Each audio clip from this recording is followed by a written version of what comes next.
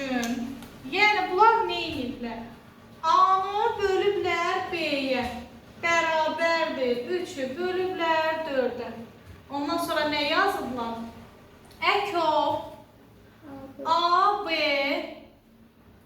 plus Əbu AB bərabər almışıq nə? 104 və bizdən nə istəyir? B minus A-nı tapın. İndi bax, bunu necə yazarıq?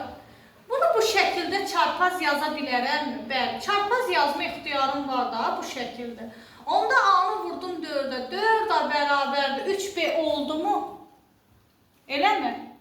Aha, onda sən mənə de görüm.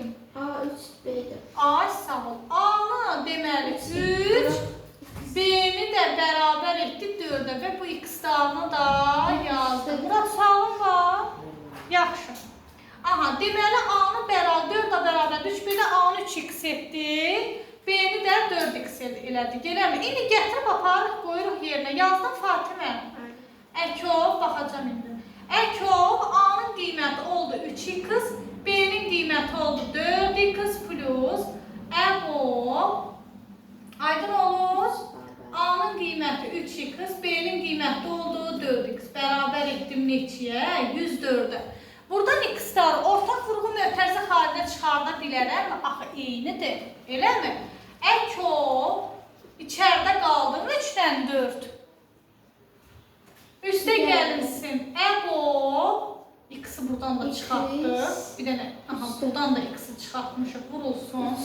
Burada da qaldı mı 3-dən 4. Bərabər oldu mu 104-ə. Onda Əkov. Bunlar qarşılıqlı sadələrdirmi? Sadə ədədlərdirmi? Qarşılıqlı sadə ədədlərin əkobu nəyə bərabərdir? Bu ədədlərin hasilinə. Yaxşı, bəs onda de görün, əbubu nəyə bərabərdir qarşılıqlı sadə ədədlərin? Bu ədədlərin bəli 1-ə. Aha, düzdür. Deməli, x vurulsun 1 bərabər oldu mu 104-ə. İndi bunu vurdum buna neçələrdir? 36x, hə? 3-ü birbaşa yazmışam. 3-ü vurdum 4-ə. Onda bu oldu mu 12x plus x bərabərdir 104-ə. Bura elədim 13x. 13x bərabərdir 104-ə. X-in qiyməti neçə olacaq? 8 olar mı? Niyə 8 oldu? Çünki 104-ü böldük. Bəli, A-sı ol 13-ə. X-in qiymətini tapdıqsa, gətirib qoyuq burada yerinə. Bunun qiyməti 3-ü vurdun 8-ə 24. 4-ü vurdun 8-ə 32. Bizə nə istəyir? Bizdən istəyir, qoy bir dənə qiymətinə baxaq. Bəli, nəyi soruşmaq istəyirsən? Başa düşürəm, amma birinci nəyə eləyəcəyini xəbərim oldu. Hə.